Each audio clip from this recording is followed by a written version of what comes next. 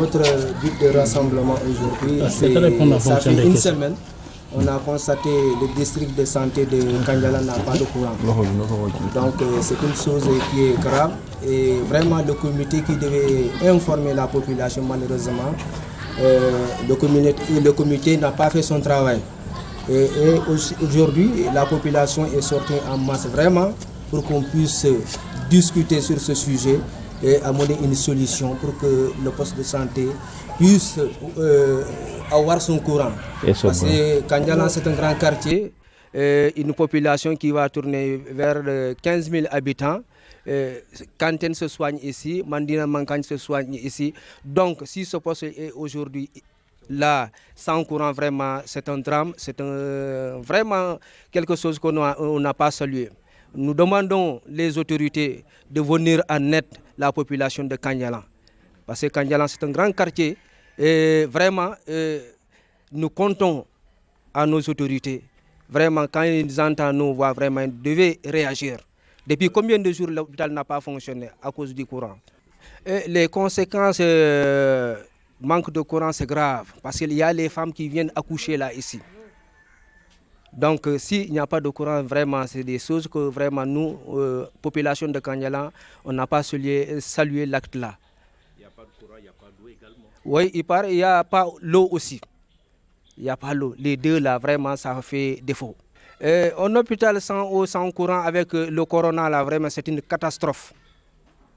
On ne peut pas venir à l'hôpital sans trouver le courant. On ne peut pas venir à l'hôpital sans trouver l'eau. La première des choses, quand quelqu'un entre dans le poste, le gardien vous dit allez vous laver les mains. S'il n'y a pas d'eau, qu'est-ce qu'on allait faire? Oui, vraiment, on est fatigué de cette situation. On est très très fatigué de cette situation, la population de Kandialang. Nous demandons aux autorités de réagir le plus rapidement que possible pour vraiment mettre fin à ce problème. Vous savez, il y a un puits ici, mais l'eau de puits là, c'est pas filtré, c'est pas hygiénique. On ne peut pas prendre ça pour faire certains travaux, pour laver les outils de l'hôpital. C'est pas l'eau qui est praticable. Qui doit payer la facture? La facture, il paraît, c'est la mairie. Moi, je ne travaille pas au poste de santé, mais les agents qui travaillent là ici, ce sont eux qui nous ont dit que c'est la mairie qui devait s'en charger pour payer l'eau et l'électricité. Oui, nous invitons vraiment le maire de faire acte à ça. Je sais que c'est un homme qui est vraiment courageux. Ils sont en mesure de payer ce courant-là et l'eau. Parce qu'il a beaucoup fait à Kandialang. Et pourquoi pas? On ne peut pas payer le courant plus l'eau. Et il paraît que la situation est là depuis, ça fait une semaine. Hein? Une semaine, c'est grave. Moi, lorsqu'on m'a interpellé de la situation, j'ai fait une descente ici la nuit. J'ai trouvé le gardien ici, à l'entrée, avec une bouchie. Ça, je ne mens pas. Je suis du quartier tout près. Je suis venu moi-même, j'ai fait constat. J'ai trouvé le gardien avec la bouchie, dans le noir. Nous sommes en colère parce que le dispensaire de Kandialang 2 n'a pas de courant pendant une semaine. Parce qu'il n'y a pas de l'électricité ni eau. Parce que la mairie n'a pas payé les factures. C'est tellement dur. Surtout par la première des choses, les femmes enceintes. Il y a une femme qui est accouchée ici, devant l'hôpital. Et puis, vous savez très bien que nous sommes en Casamance. Il y a des choses que les hommes ne doivent pas voir ici en Casamance. Nos traditions sont sacrées. Voir une femme qui accouche devant l'hôpital, c'est pas bon. Vraiment, c'est dangereux chez nous. Et c'est notre tradition parfois, les hommes.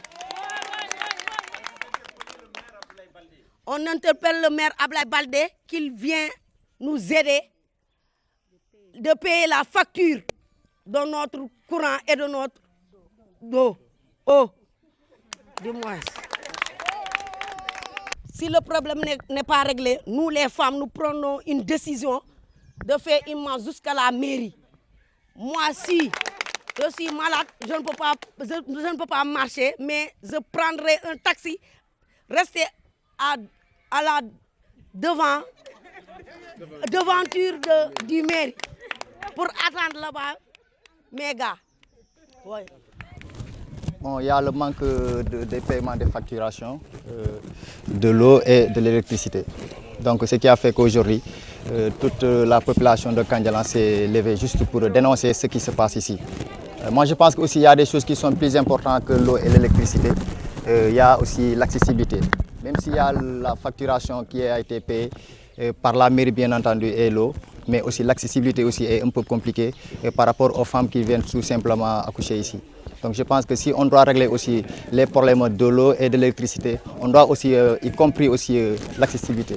Ça pose franchement problème pour que les gens viennent aussitôt venir, venir ici dans les hôpitaux juste pour se soigner. Donc ça pose problème.